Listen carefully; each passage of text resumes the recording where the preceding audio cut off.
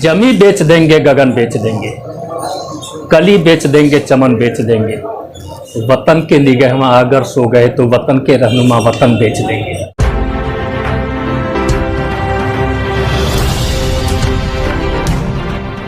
यहाँ क्लिक करके सब्सक्राइब करें और हाँ, बेल आइकन जरूर दबाएं। घोसी नगर में रविवार को स्वतंत्रता संग्राम सेनानी स्वर्गीय पंडित रामविलास पांडे की 9वीं पुण्यतिथि का आयोजन उनके निज निवास पर किया गया। कार्यक्रम में उपजिलाधिकारी घोसी आशुतोष कुमार राय सहित वहां उपस्थित लोगों ने उनके चित्र पर पुष्प अर्पित कर श्रद्धांजलि देते हुए याद किया।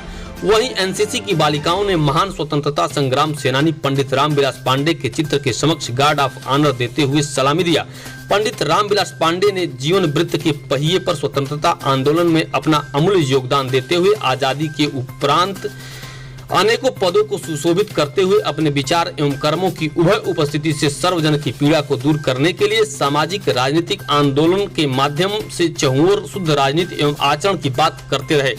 उनके पुत्र रमेश चंद्र पांडे ने उनके जीवन वृत्त पर विस्तार से चर्चा करते हुए कहा कि उस दौर एवं आज की दौर को सोचकर आंख में आंसू झरने की तरह गिरने लगते हैं, दिल के अरमान समुद्र की मौज की तरह हिचकियां लेने लगते हैं। उन्होंने क्या सोचकर इस देश को आजादी दिलाने में कुर्बानी दे दी, अपने आप को बलिदान कर दिया। उस विरासत को लेने वालों ने आज उसका बेजा गलत इस्तेमाल कर रहे हैं। कार्यक्रम में मुख्य रूप से उनके पुत्र उमेश चंद्र पांडे, मुकेश चंद्र पांडे, पूर्व विधायक सुधाकर सिंह, घोसी संघर्ष समिति के अध्यक्ष अरविंद पांडे, सुदर्शन कुमार, ब्लॉक प्रमुख घोसी सुजीत सिंह, अभय तिवारी, फिरोज अंसारी, फिरोज तलवार आदि उपस्थित रहे।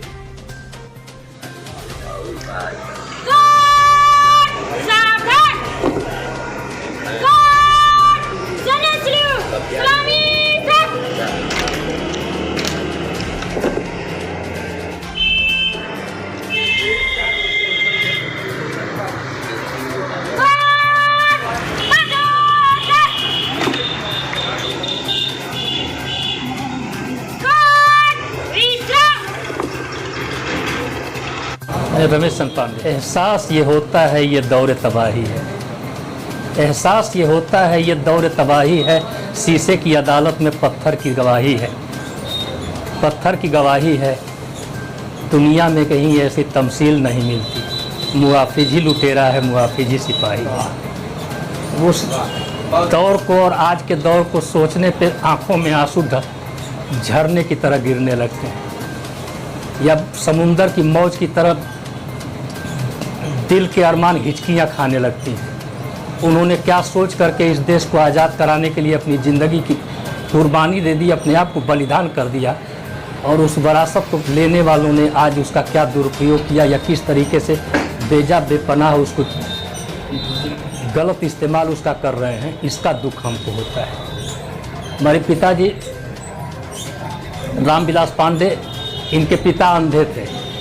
उस दौर में मोतियाबिंद का ऑपरेशन नहीं होता था, 40-42 साल की उम्र में उनकी दोनों आंखें चली गई थी। मेरी दादी आगे आगे चलती थी और पीछे से वो लकड़ी का एक डंडा पकड़ करके उसके पीछे पीछे चलते थे।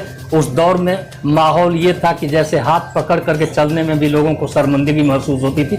मेरी दादी आगे आगे चलती थी, उसके हाथ पे एक डंडा होता था, पीछे से हमारे बाबा पकड़ के चलते थे। हमारे पिताजी 5 भाई 5 बहन थे, उसमें सिर्फ एक भाई और एक बहन बचे थे। जिस अंधे बाप की अकेली बेसहारा और एक अकेला एक औलाद हो, वो 12 साल 9 महीने तक ब्रिटिश गवर्नमेंट की जेल में रहे। उसके बाद उसको आज़ादी मिलने के बाद उसकी रिहाई हुई, और उसकी कुर्बानी के बाद जिन लोगों ने इस आज़ादी को पाया, उन्होंने उसको किस तरीके से उसका इस्तेमाल किया, वो आप भी देख रहे हैं, मैं भी देख रहा हूँ। मेरी तो बात करने में आंखें डबडबा गई, दिल रो लिया।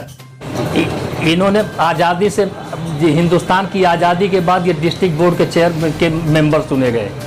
इन्होंने 18 बरस तक डिस्ट्रिक्ट बोर्ड के जिला पंचायत के सदस्य रहे, 48 से लेकर के सन 1962 तक। और सन 1962 में ये विधान परिषद के सदस्य चुने गए। उस समय आजमगढ़, गाजीपुर, बलिया 3 जिलों की विधानसभा हुआ करती थी। जैसे आज जैसे आजमगढ़ मऊ एक में है, उसी तरह से आजमगढ़, गाजीपुर, बलिया तीनों जिले को मिलाकर के एक विधान परिषद का सदस्य हुआ करता था। उस विधान परिषद के ये सदस्य रहे। और सन 1967 में इन्होंने चुनाव लड़ा। उस चुनाव में झारखंडे राज्य के 2100 वोट 1700 वोट से हार गए थे। और उसके बाद फिर सन 1969 के चुनाव में एक कम्युनिस्ट पार्टी को डिफीट दे करके 3700 वोटों से इन्होंने चुनाव जीता था। और उस समय चंद्रभान गुप्ता की कैबिनेट में ये एग्रीकल्चर मिनिस्टर थे। और जब ये विधान परिषद के सदस्य थे तो उस समय सन 1967 के पहले पार्लियामेंट्री अफेयर मंत्रालय नहीं हुआ करता था।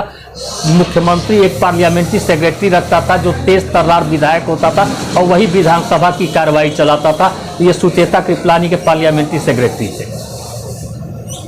अब इनके बारे में तो इतना ही कह सकता हूँ कि चमन को सींचने में पत्तियां कुछ झड़ गई होंगी, चमन को सींचने में पत्तियां कुछ झड़ गई होंगी। यही इल्जाम है तुम पर चमन से बेवफाई का, मगर कलियों को जिसने रौंद डाला अपने पैरों से, वही दावा किए हैं इस चमन की रहनुमाई का।